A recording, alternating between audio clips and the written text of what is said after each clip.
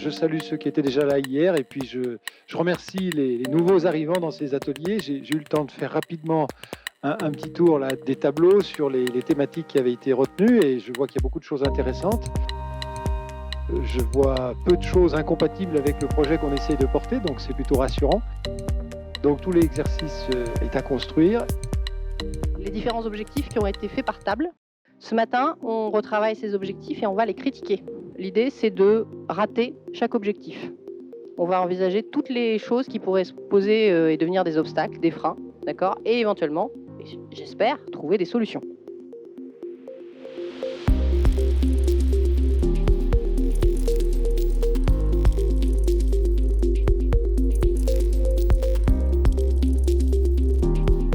De sélectionner un lieu que vous aimiez à Thonon.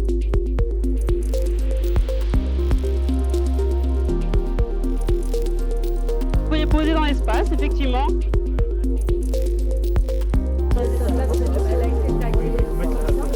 Il y a l'extrémité de la rue des Alpes vers...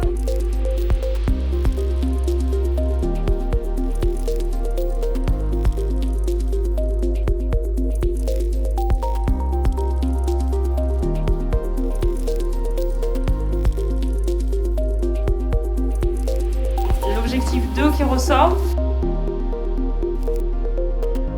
Maintenant qu'on a voté ce qu'on vous propose, 2 objectifs, et on essaye de les représenter, de les identifier sur nos cartes. Donc vous avez 1 heure.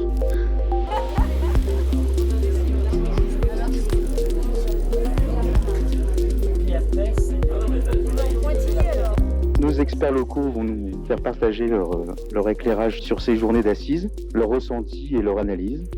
Donc on va passer la parole à Nicolas. Sur le plan, on a essayé d'identifier les lieux qui pouvaient faire office pour installer ou des écoquartiers ou des projets collectifs, quoi.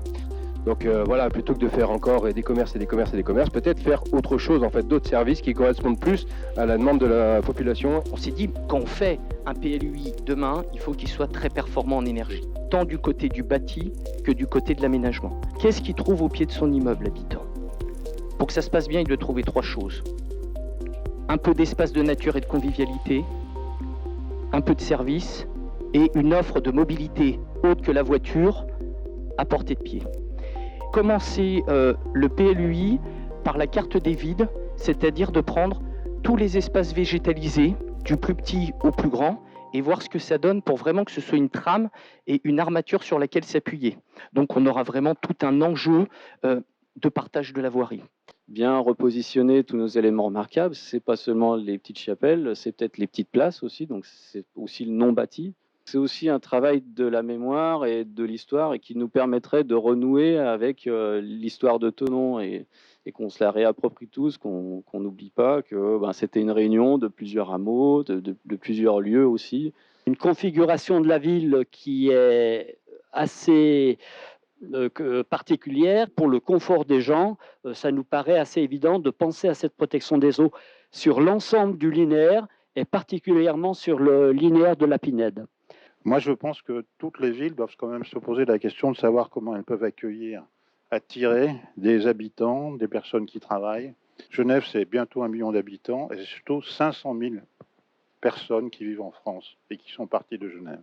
C'est pour ça que la région est attractive, c'est pour ça qu'il y a un développement de population qui est important, c'est pour ça que la population de Thonon est jeune.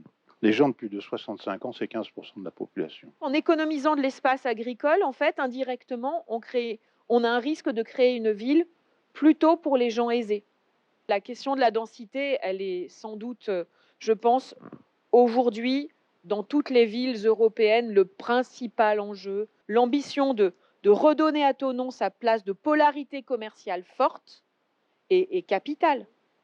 Mais il ne faut pas que ça devienne le synonyme du coup d'asphyxie par les voitures.